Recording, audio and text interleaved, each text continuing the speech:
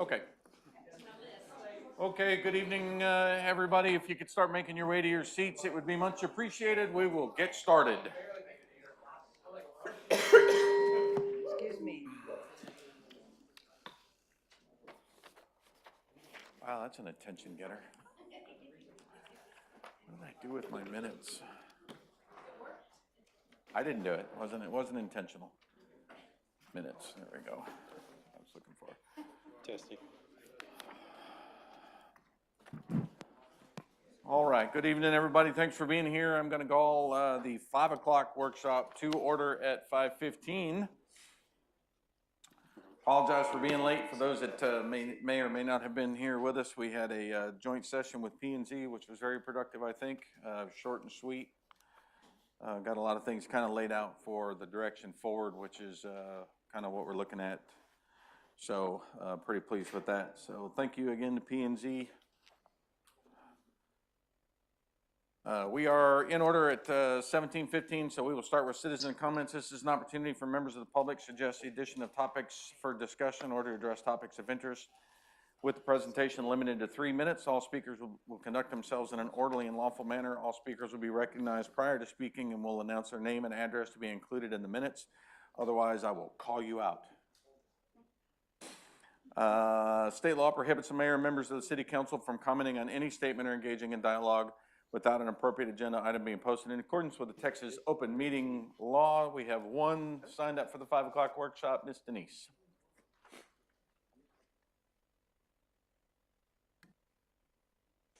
All right. My name is Denise Seibert. I live at 114 Great West Loop.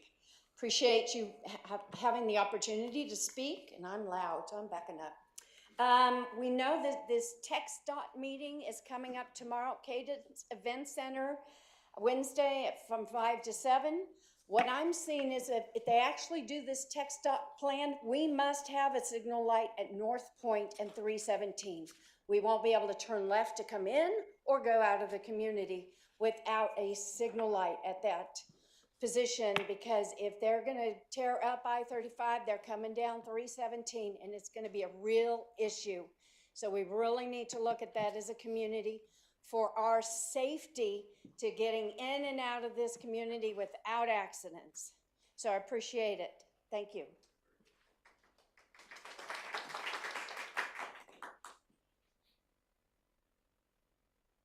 Here. What? Sorry. I said here. Okay, we're going to go right into presentations. So our first presentation this evening, Ms. Dia is going to give us a presentation on the volunteer program that the city has been working on. Council, you should have a copy in your packet.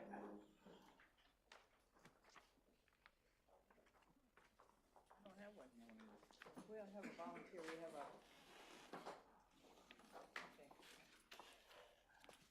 Dia, do you have additional packets, perhaps? I do, yeah. Bruce needs one, please. We can share for now. You just have to sit closer to me if you like it or not.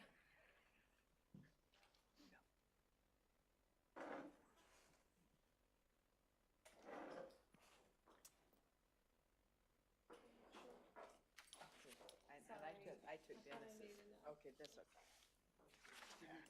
That's right. You all need it? Okay. I know, I'm familiar with it. Hi, everyone. I'm Dia. I'm the Director of Administrative Services for this City of Morgan's Point Resort.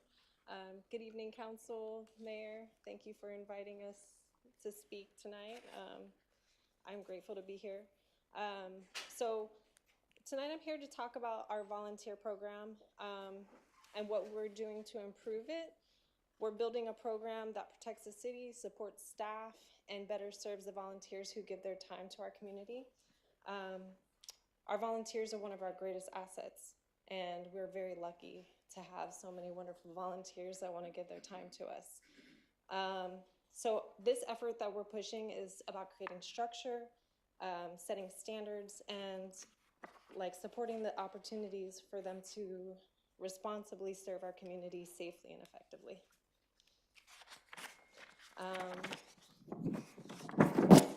Sorry.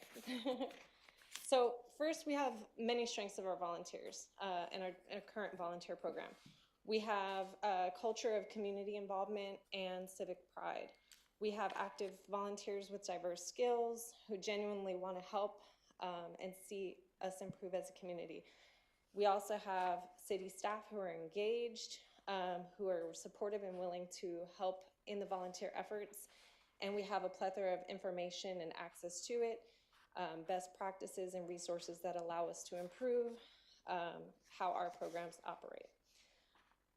The strengths of our city is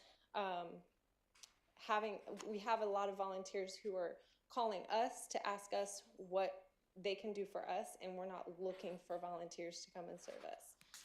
So this is about creating structure and helping to better support our volunteers. So while we have strong community interest and engaged volunteers, we have some current weaknesses and operational limitations that we have to address.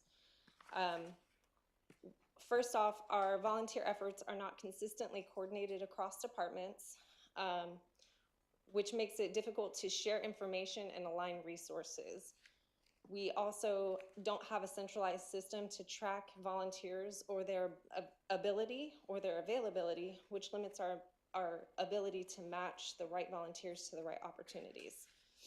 Much of our tracking of our volunteers is paper-based, which is slow, difficult to maintain, and challenging to audit.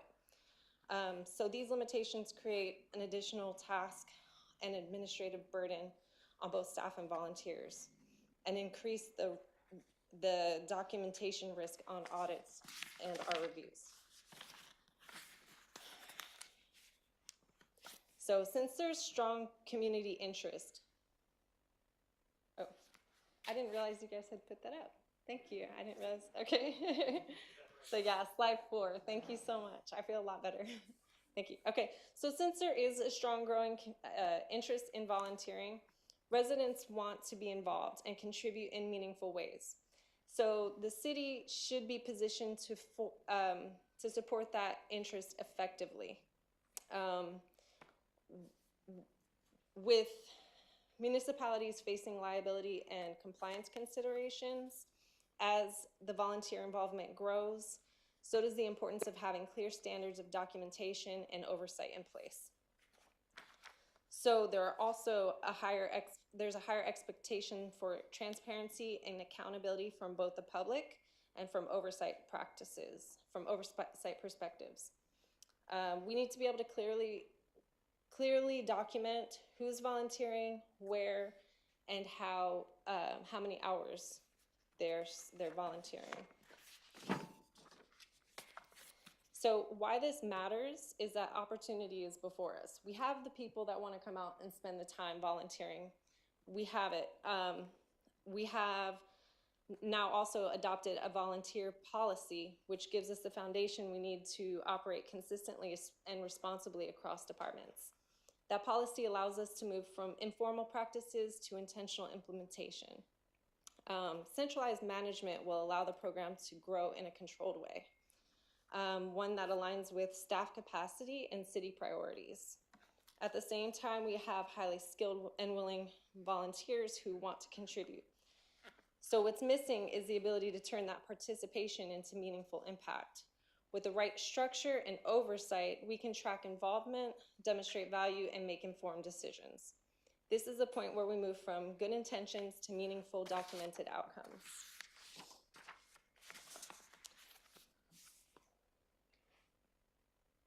So, perfect. So our strategic objective is to standardize, set clear standards, and have clear standards for volunteer engagement. We want to focus on protecting the city and limiting operational risk. So we have set forth standard volunteer.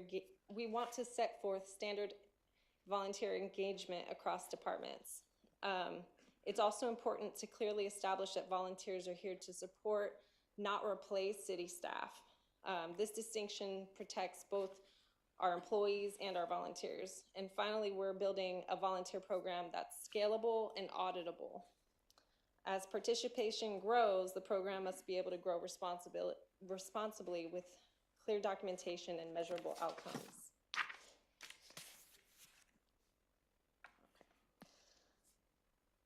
The first step, which we've already accomplished, is adopting a comprehensive volunteer policy.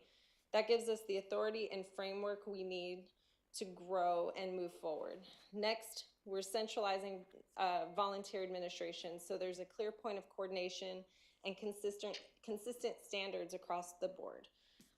This will allow us to enforce clear supervision and role boundaries, ensuring that volunteers understand their responsibilities and staff knows how to support them.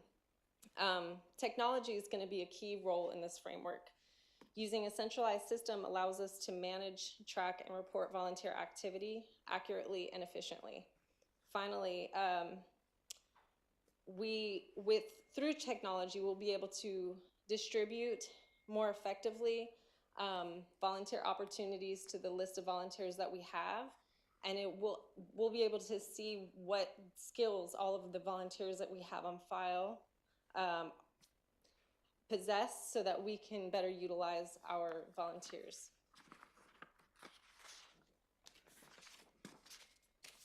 How this ties in, we've built in safety and risk management into our policy. All volunteers are required to operate under appropriate supervision, ensuring clear accountability at all times. For sensitive roles in particular, these are going to be the credentialed roles. Background checks are going to be required, and we're going to keep them on file. Then we're going to have also general roles for other individuals, so that we have better protections for individuals across the city. There's going to be mandatory waivers and assumption of risk forms involved, so that expectations and responsibilities are clearly documented, and we'll also be able to keep those on file. The policy also establishes clear restrictions for minor volunteers, including age-appropriate activities and supervision requirements. Finally, the policy protects the city's intellectual property by setting clear boundaries around the use of the city's name, logo, and branding. So, to better support this program effectively, we need the right operational tools in place. So a volunteer management system would provide us with a central database where volunteers store information, skills, information, and participation can be managed consistently. It allows for real tracking of volunteer hours and assignments, and improves accuracy and reduces administrative burden. The system would also accurately store required documentation, including waivers, background checks. It would ensure compliance, and it would help us with audits. In addition, it would make it easier to communicate with those volunteers, share opportunities quickly and efficiently, document volunteer hours, support grant applications, and help with insurance requirements. So, we all researched a plethora of different options for what we could use for a volunteer management system. And the one that we thought was a best fit for Morgan's Point Resort was Civic Champs. And it was selected because it aligns well with the specific needs of our local government. It's designed specific for municipalities and allows us to track the volunteer hours, and it has a lot of hands-on controls that we can implement ourselves. It's also scalable and auditable, and it logs documentation, background checks, and other compliance items. It's cost-effective and appropriate for our budget, allowing for the program to grow responsibly. So, I don't know, can we play this next slide?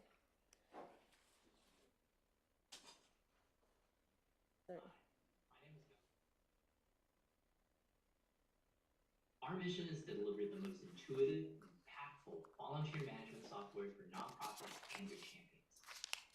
By doing so, we can triple the impact that you all have with your volunteer programs while reducing the manual data entry and administrative work by 85%. We're able to do this by helping you save time, stay organized, and easily engage and communicate with your volunteers. So that way you can recruit and retain more volunteers than ever.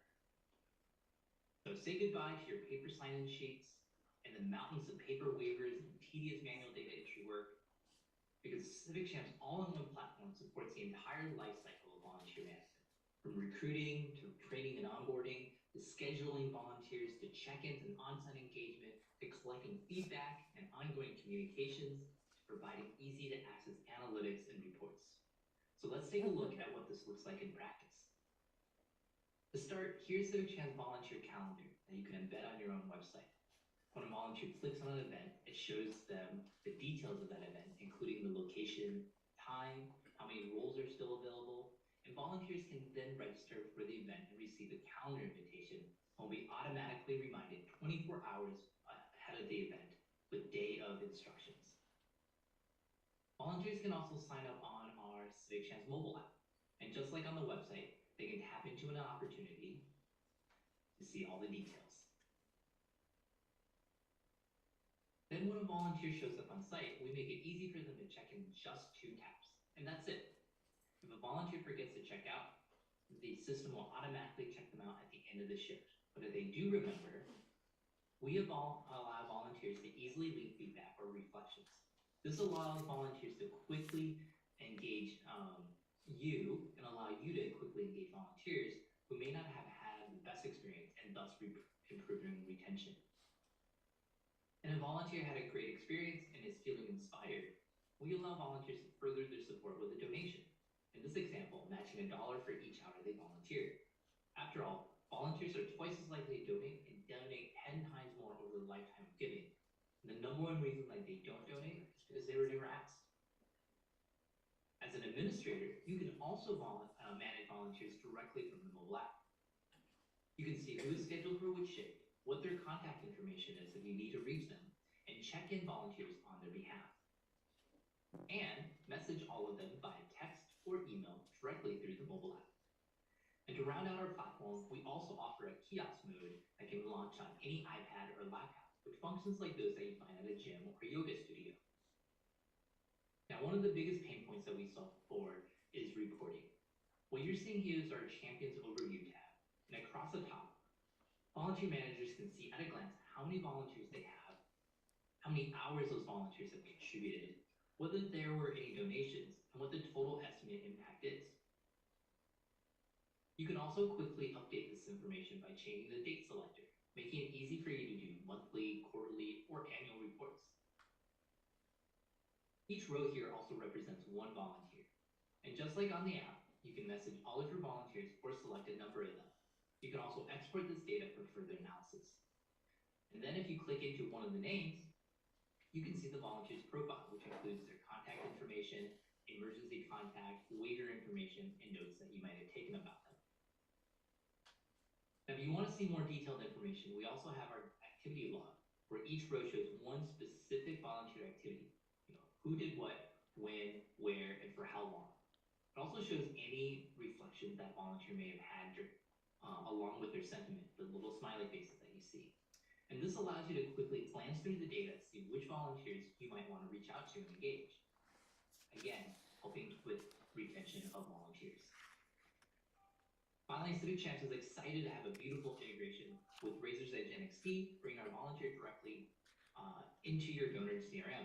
We also have integrations with Salesforce and a beta integration with a little green light. So come join the hundreds of nonprofits who use Civic Champs. And if you have any additional questions, please book time with us, or if you're ready to sign up, you can view our pricing using the bottom link. Thank you so much for your time, and I look forward to serving you soon.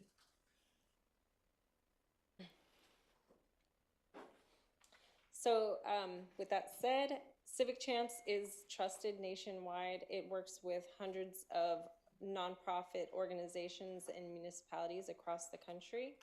and it's not a new or untested platform. So, perfect.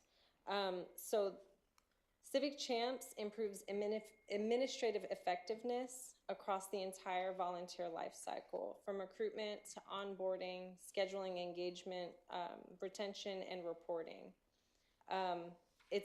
It's not just about efficiency, but it improves consistency across the board.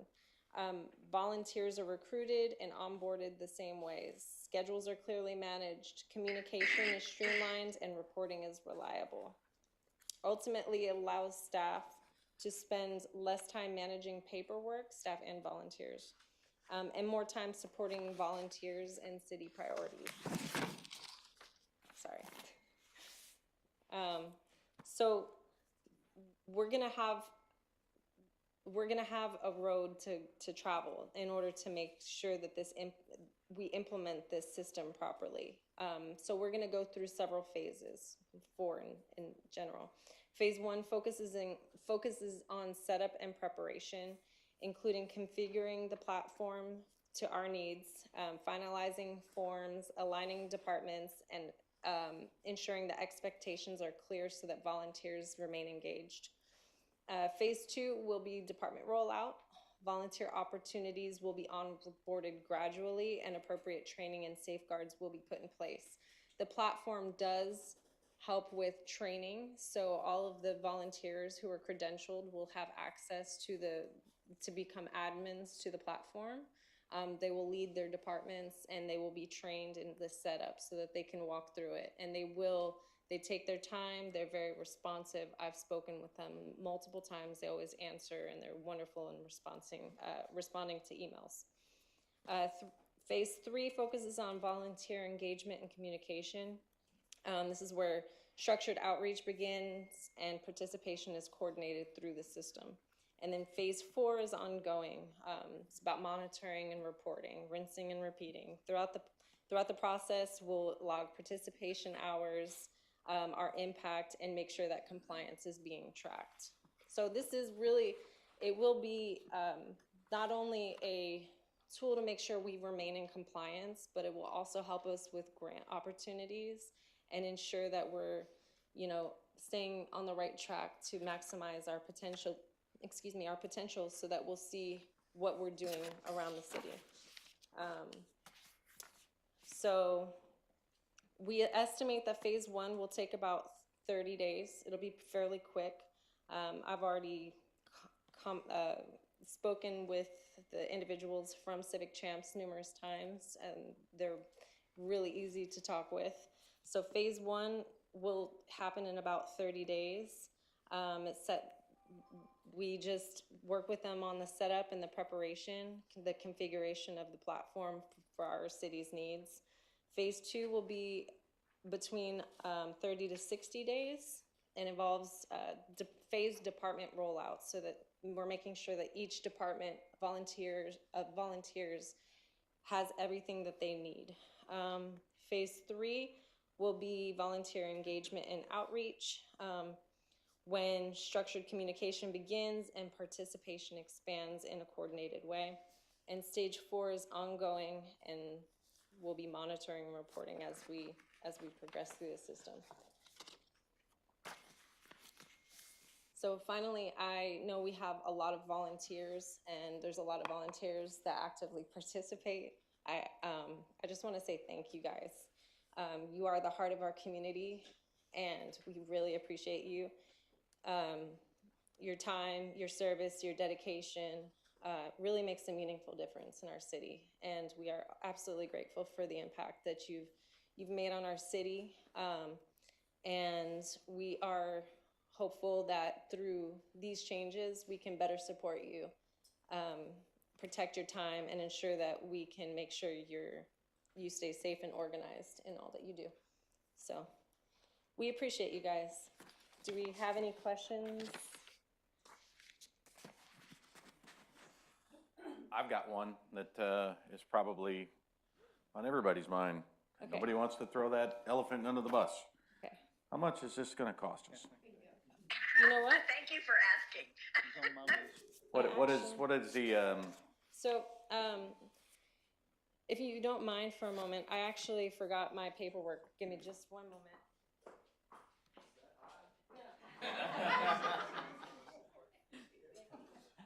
And while you're looking that up, the other question I have is we have a lot of current volunteers, like our whole library, all the volunteers in the board, and our public safety with our fire department. I guess we'll start rolling out with them first, just so they can test it and make sure it's something that they, are comfortable with. And is that a plan, or what's your plan for rollout? So yeah, I'm sorry, I was covering up the mic. So yes, those are very good questions. So the investment is actually it fits our budget. So annually, it would be about $888, which equates to about $74.99. Now it's on a tiered system. This covers anywhere from 50 to 249 volunteers. There are no additional fees that we have to pay for like added on features unless we want to do like a text message upgrade, but that's something that we can plan for in the future. The package does come with some text messages, so if we want to reach out and talk to our volunteers through SMS, we can do that. We do have, now that is one-time annual fee, so it's $888. If we wanted to budget for 3 years, the price would be discounted at a 20% rate, and that would be total $2,131. So there is a one-time onboarding and training fee that's $195, but then they have continued support as we progress. Anytime they need us, they're very responsive, and they will work with us. The second part of that, as far as the volunteers go, the departmental rollout will depend on the individuals in each department and their ability to sign on at the time. I will work with each department, volunteer department, and ensure that they're getting the training that they need. So if we want to start with Pam in the library, that might be a good start. But I'll walk through it with them. There are training modules so that each person who is overseeing the volunteering in their department will get trained directly from the website, from the service provider. Did I answer that properly? Yes, ma'am. You were saying there is a text message upgrade that you have to pay? Because that's the way most people with a volunteer, I would think, would do it. That would be the easiest. Right. So this is a very interesting platform. It's you can do it in multiple ways. There's a back door where the admins control what goes onto the platform. Then there's an app that you can download, or you can go to a web browser and access your profile. If you're a volunteer, you build a profile. The city, that will then go into the city database. The city can, anyone who's an admin in the platform can access that. They can track your documentation, like making sure you have the proper forms filled out, the waivers, all of that. It'll log your hours, and then it'll be auditable.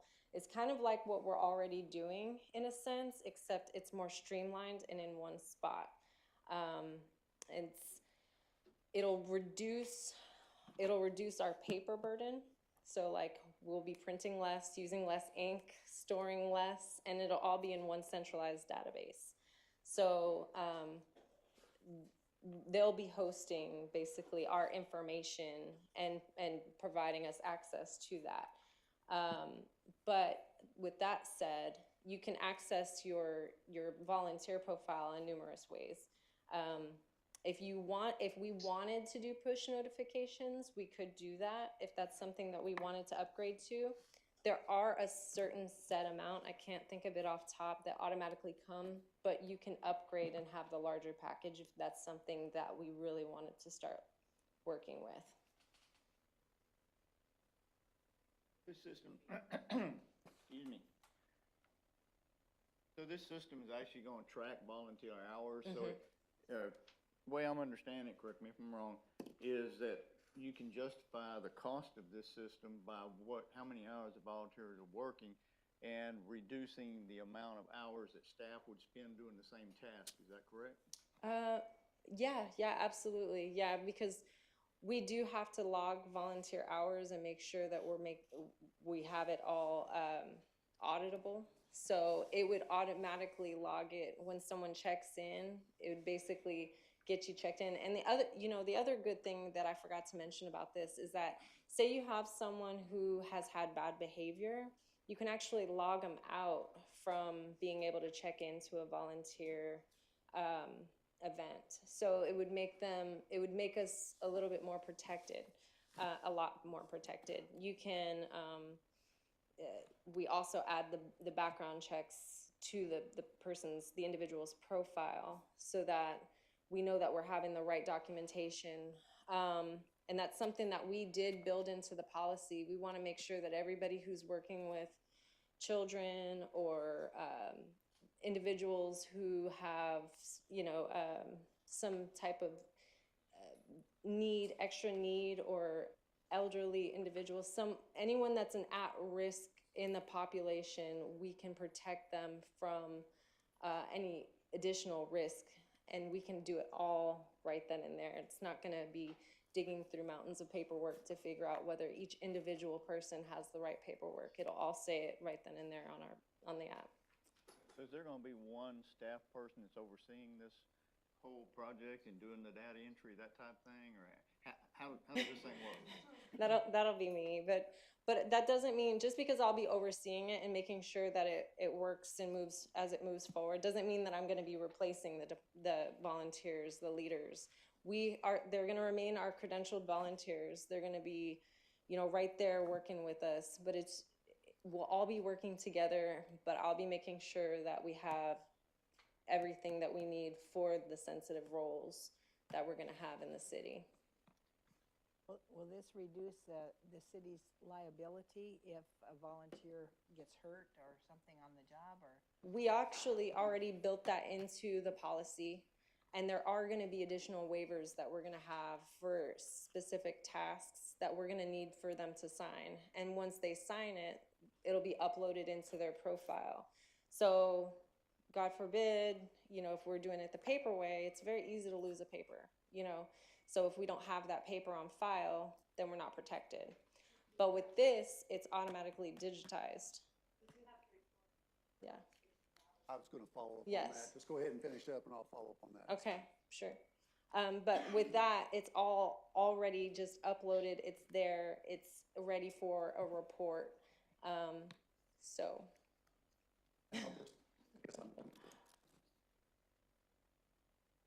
I can hear you, but you're right next to me. What it boils down to is volunteers, police and fire are already covered under TML, and we have some volunteer clerical staff that are covered.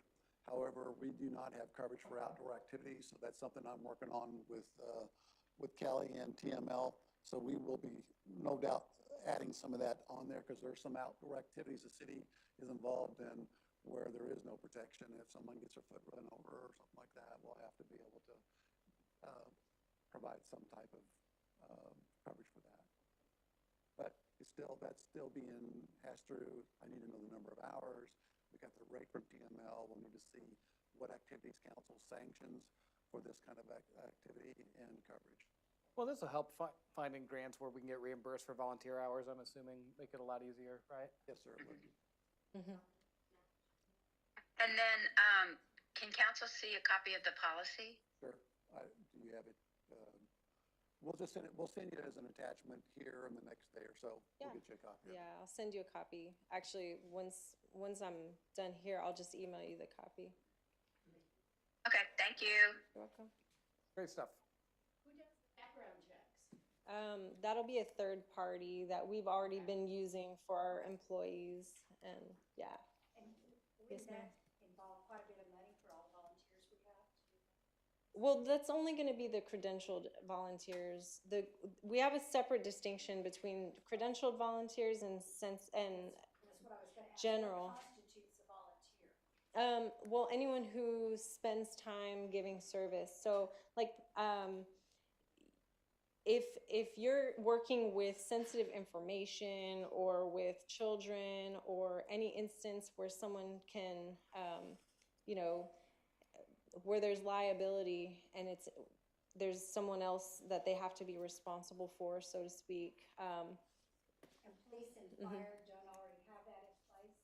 We do. They do, yeah. It's separate. I thought that y'all It's did your separate. own bidding, Right. the police did their own bidding, like somebody like Becky, I mean, they did major bidding with me girls. But, okay, so what I'm hearing is Mr. and Mrs. Claus, they gotta get vetted where the mat is or just. Well, what it is, if a volunteer's doing, access to vulnerable population, it could be someone with mental, disabilities, it could be, elderly, what have you. Right now, we've got a lot of people mean well, but there's no, adult to child ratio, there's nothing. It's really just come in and it's kind of a madhouse and we don't know what's going on. It's city property. We have a responsibility to make sure we know that, who has access to whom. And sometimes we may have people come in that are not a part of the actual volunteers, but they can be just who they are. So we need to see who's doing what and making sure that they are checked. The actual background check is not that much as it. It's a criminal, just a criminal-only background check. Public records is what it's for, yes. Okay, It's public not record. anything beyond that, so it just gives us some idea who we're dealing with. If there's certain, concerns, then we can head them off the path. Yes. Yes, ma'am. I have actually a question.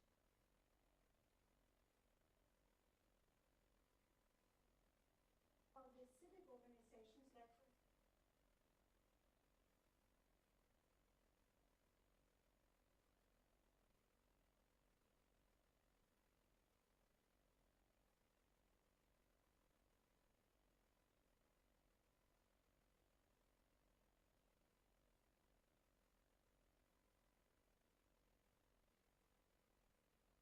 The dive team.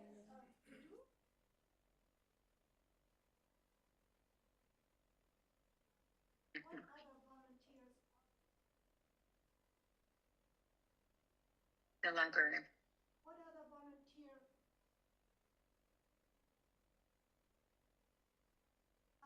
Where is there somehow a way where just the population is made by volunteer?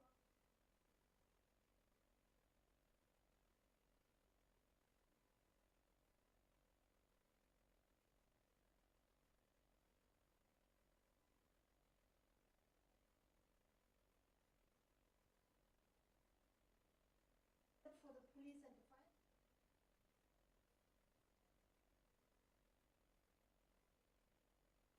We're going to be talking about that later on tonight. We've got another presentation right behind you. I know we need to get moving on. It's going to be on Code Red. I'd like to have that. During my city manager updates, we're going to talk about some other stuff.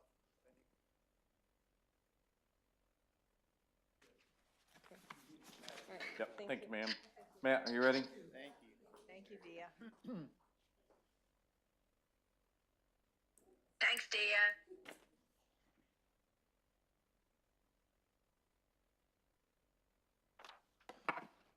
Okay, good evening, Mayor, Council, and those remote, and those in the public.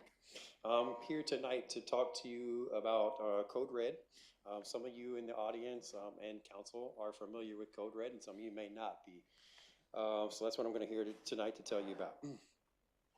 So let's talk about what the Code Red program is. The parent name is actually OnSolve. Code Red is actually the program, the software's name. It is a community emergency notification system. It's designed to help us push out messages to residents and business owners as well about sensitive information such as utility breaks, full water shutoffs, boil water notices, and things of other public safety nature. It's also used for severe weather warnings, and we could use it for evacuations and things like that. What it does is it allows us to either mass notify the entire citizen or citizenship that's signed up, or it allows us to target specific areas. And I use the word target, not as a, don't think target, but allow us to specifically narrow down either a section of houses, either in one specific street or multiple streets, and to where we can notify either those specific residents living on those streets versus the entire city, so that, you know, if it's only particular to one or two streets or a particular neighborhood, we're not letting everybody in the city know about it. They're not worried about it if it's not affecting them. So that's the Code Red program in a nutshell. We are going to encourage the use of this program to our citizens. It's a free program for our citizens. So the reason why we're going to encourage it is because we're going to provide reliable, fast, and centralized communications to our residents and to our business owners as well, with the critical information that they need to know, and about time-sensitive information too. So it allows the city officials that are designated, so department heads as of right now, and those who have the need to send those notifications out are the ones who are going to have access to this system. It allows them, again, to go in there for that need and specifically pick areas of the city that need to be notified, or again, mass notify the entire city. Code Red strengthens our public safety. It reduces notification delays by getting those notifications instantly onto your phone. The benefit of that as well is they travel with you. So again, you are at work and we need to notify you. You're going to be notified at work that something is going on at your house, or yet you might need to take care of at your house, you know, or when you get home, you don't have to worry about why there's no water. Surprise, it's been cut off. There won't be any surprises. This also gives us a consistent communication tool for severe weather and, again, public safety notifications as well. It's going to be pretty consistent. So we have some operational benefits to us, again, that I've already discussed, and some fiscal impact. I'll just go ahead and cover the fiscal impact real quick, because that's what most everybody, again. It's already provided to residents through SITCOG. SITCOG has a contract county-wide for this program. And so we're just using it based off of that contract. And it's issued to all cities, and whether they choose to use it or not is kind of up to them. But as hearing feedback from the citizens and council's hearing feedback about notifications and timely notifications and why wasn't I notified, this is just going to be another way to help us get the messages out there real quick. There's several different ways that you can be alerted. They can receive voice messages. They can receive text messages or SMS messages. They can also receive email alerts. You get to pick and choose what alert you want. Of course, we're going to encourage that you receive all three, you know, that way, you know, it's less likely that you miss it. The notifications are allowed in multiple languages. Right now, the languages that are supported or used by the program are English, Spanish, Dutch or German, you know, German, Deutschmark, Deutsch, yeah, Deutsch, and Korean. And I don't know of our German population or our Korean population very much, but you know, those are there to help us communicate with those that English is not their, you know, first language. So that's going to help us. It also allows us to notify people of various populations. So we're talking, you know, from the older generations to the younger generations, you know, tech savvy to non-tech savvy. If you're used to getting a phone call, we're going to get this phone call. You know, if you have still a landline, I don't know how many people do. I think Larry and them might. Unless they got a cutoff. Because I know you used to have one. Maybe they got it cut off now. But if you still have a landline, you're still able to sign up and get those voice notifications via landline. You know, so again, we're able to notify people of various populations, whether you're tech savvy, not tech savvy, older generation or younger generation. Faster emergency warnings. It reduces the manual notification method, you know, which is the knock, knock, knock, here's your flyer, you got to boil your water. Now, while that might still have to take effect, it reduces the amount of times or houses that we have to do that for. And again, you don't get those notices when you're not home. So that's the other benefit to this. It improves resident awareness. It also increases our community trust. We would hope that would increase our community trust, that we're going to communicate with you more effectively. And for us, on the staff side, it's easy web-based and it's app-based interface, so we can access it in the field or any computer that has an internet connection to make it available to us at all times. And then again, I've already covered that it's provided through SITCOG in a contract.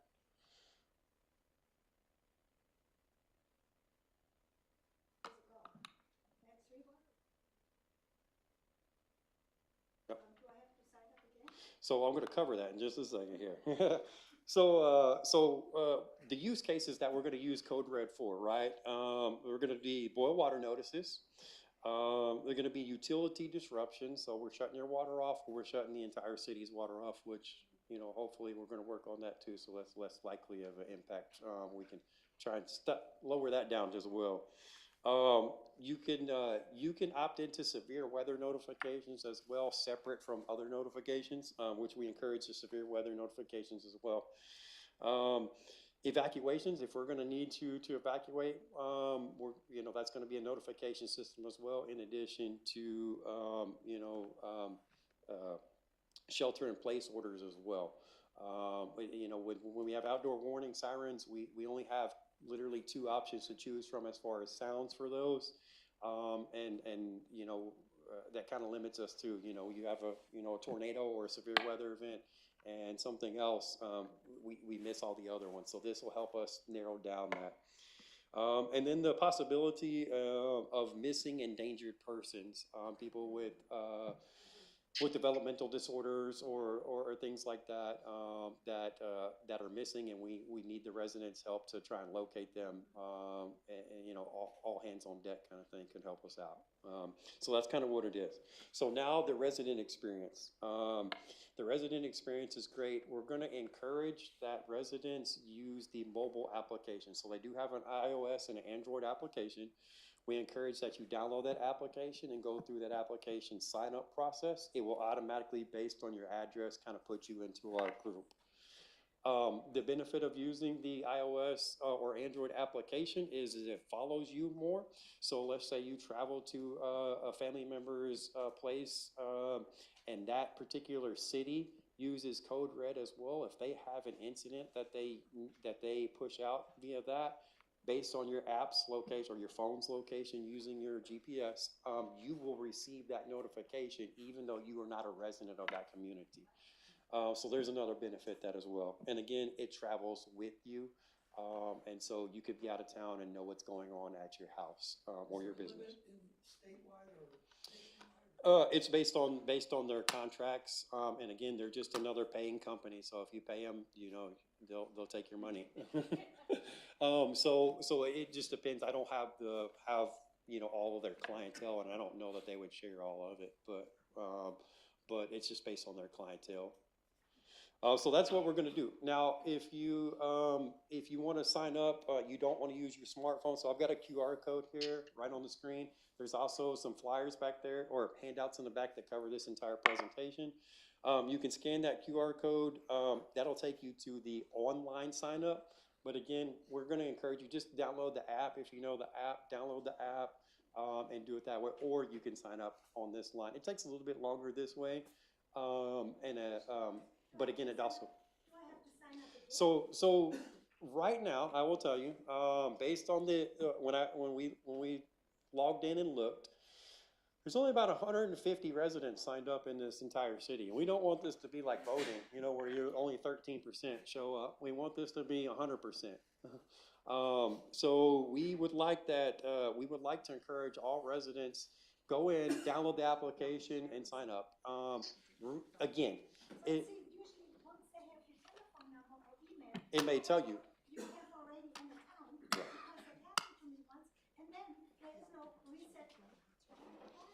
So if you end up with that, again, or you end up with double notifications, you can come to any staff member with admin access, and we can help you to remove. Yep, I'm one of them, yep. But just in case I'm not here, there are gonna be multiple. And so, we're gonna encourage, like you said, if you signed up through the link, if you signed up through the website, now all of that, if you signed up years before they did an upgrade, you're over into the system. And if you want, send me an email and I can verify if you're in there or not. And maybe remove you if you wanna sign up again, you know? But, Mr. Hank.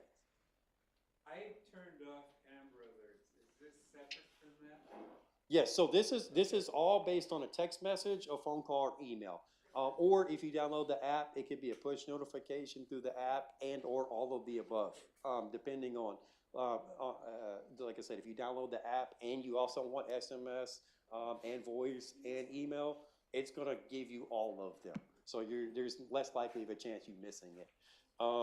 And then of course the app has an actual sound that comes in. It's not just a ding, on your phone. It actually has a different sound. And I believe you can actually change the sound based on what alert it is, severe weather versus something else. Now, Matt, Mhm.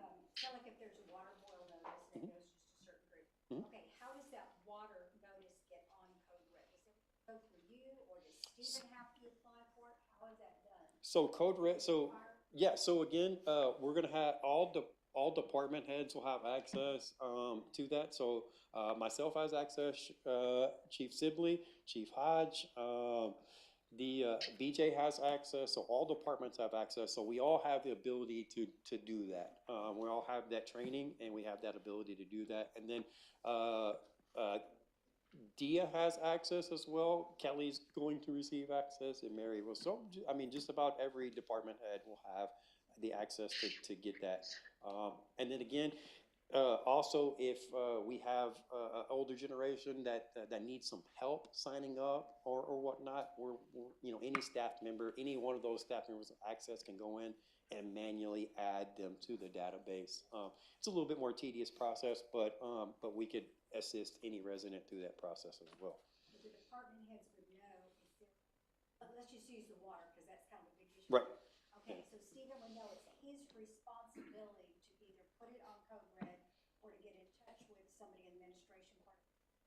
Yes, that would be The Dia. department heads would be responsible, whatever the department head is, if it's a fire issue, fire. Right, right. I would do. Put it on or make sure it's on. Yeah. That's the main thing, because the communication can kind of fall down. It's like, well, I thought you were gonna put the code on. I thought the ladies at City Hall were gonna put it on. So we've gotta have a real clear plan of action of who is responsible to do the Code Red, because we had Code Red. Right. And then it fell through the cracks, because it's like, well, who's doing it? Right. So please not let that happen again. Thank you so much for resurrecting.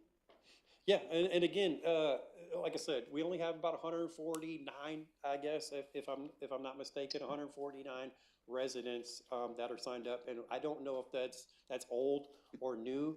And again, we're going to encourage everybody to sign up. Again, there's like 2 to 3 people per household, here, not including children of age, but both of you signed up. I mean, it's not just address specific to one person. You and Larry both can sign up. Mr. and Mrs. Hankins can sign up. So I mean, we're encouraging everybody to sign up, and we're going to be pushing the QR codes out. We're going to be any notices that we have to between now and then, with any notices that have to go out, like boil water notices or anything, we're going to again put that information on there and try and get them to do that. So it's going to be a big push and a big campaign for signing up, because that's the only way we can make this system work, is if you guys or the citizens, you guys and gals, sign up. Dorothy, you have a question? And then we have a lot of meetings, like the Coffee with the Council this Friday.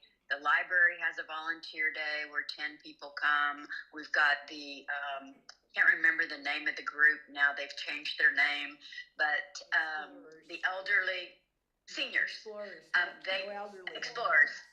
Okay, I'm sorry. Okay, and sorry, the Explorers, they're meeting at the end of this month. If somebody could just pop in and help them sign up, that would be great. Maybe at the beginning of council meetings or workshops, somebody can be at the table and just help people sign in. But anyway, help facilitate that process. And just to joke around, you know, to make it a little lighter, we also thought about if you get a ticket or a warning, we were going to, if you were a resident, we were just going to give you a handout as well. So, you know. Perfect. You know, Newcomers. I'm not saying which one you get, but here you go too, you know. Does anybody have any questions that I didn't answer or that wasn't covered? No, I'm glad we're resurrecting it again. And this is effective now. We signed Mhm. tonight, we're on. Yep. So is the QR code your fastest way? No, the app would be the fastest way. If you download the app and just ignore the QR code, download the app on your phone and then create an account that way, that is the fastest way. And again, when you sign the app, it travels with you. So it's got a little bit more benefits. But the QR code on here takes you to the website. We do have the website method, but we also do have another flyer that was more of a half sheet of paper that we can distribute out that has a QR code for, you know, the Android app and the iOS app, just so you don't have to search your app store. But again, you can go to the website down here. We will also be posted on, you know, a link on our website that'll take you directly to this, because this is part of Code Red's site that's specific to our city. So from our website, you'll have a link that will take you to our specific sign-up portal. When you silence your phone, is it still gonna ding or will it be silent? So that's what I'm going to tell you. I'm a technology guy, so I'll give you the caveat of that. If you sign up for voice messaging, however that's going to be, is going to be your phone call, your text message, or your email, however that's going to be. So if your phone's on silent, you're not going to see that or hear it. Okay. Now, if you're app specific, and I don't touch Android because I'm a Apple brand. Yeah. But if you have an app, the app based, you have settings in there where you can override silent, at least on iPhones. So when you get a notice from that app, it will, even if your phone's on silent, they can override it. So that, again, we encourage the easiest method is to download the application on your phone. But if you don't have a smartphone, you don't know how QR codes work, we can get with a staff member. And again, we can get y'all signed up. Thank you. Or if you got an old rotary telephone or whatever, you know, we can get it that way too. I'm gonna kill you. Again. Sorry. You got a rotary phone? Thank you, sir. No. Okay, thank you, Matt. Yeah. Thanks, Matt. Yep. The reason that I just want to highlight, I know we're running a little bit behind time, so I'll just make this real quick. The Code Red, yes, it did fall off a few years ago. I don't know why, but I was talking to a volunteer lady in this community that told me about other programs that's also fallen off to the wayside that are very important, especially given the severe weather that we know we have from time to time. But also, we're really trying to harden the threat of fire as well. So, and we also got an aging population. So let's just let you know, this Code Red plays a critical role in where the city's moving. But it's also programs that I'll cover this in the city manager updates later. Like you get the STARE program. It's basically a state of Texas emergency assistance program. So if we have an emergency, we have to clear people out of the city. This program will allow the first responders to know who you are, where you're located, what kind of problems you have, whether it's a communication issue, whatever it may be. If you're not able to, you don't have the mobility, they know where everyone's at. And it's confidential, it's a registry. And so there's things out there that can be done, that should be done in all communities, but in particular this one. Not just there's another program I heard on the you all used to have years ago and still on is Are You OK program. It's a very good program, and it's by a lot of different agencies or cities throughout the state. That's another one we're going to strongly encourage people to sign up for. Again, it's not all 911, but it's related to, you can see what we're talking about. We want to make sure that someone, a volunteer program that goes back to what you heard earlier, what we've had is not what you should have in the future. And if we can have people call up and say, that elderly person, hey, how you doing? And just get an answer and everything's fine, that's great. But there's more that needs to be done for this community that we haven't been, and that's what we're trying to gear up for. But we will be able to manage it better, be it through the volunteer program, through volunteers coming forward. We can, disasters, whatever it may be, we'll have a program to help deal with emergencies, whether they're isolated or widespread. And I'll finish up a lot of that on my updates. I know we're going to have to Lead a horse to water and then you shoot it. Okay, council, without objection, we have 3 other items on the agenda, which essentially are consent agenda items. 2 of them are for consider the minutes. We have a discussion for a resolution, and then, of course, we have the city manager, finance, and executive session. Without objection, I would like to adjourn out of the workshop, and we will discuss those as necessary in regular session, as long as there are no issues. Okay, so I will adjourn out of the workshop. I have 18, nope. Recess. I'm sorry, recess out of, yeah, because we have to go, so we're gonna recess out of the workshop at 18:15. Council take 5, residents take 5, and we will go right back into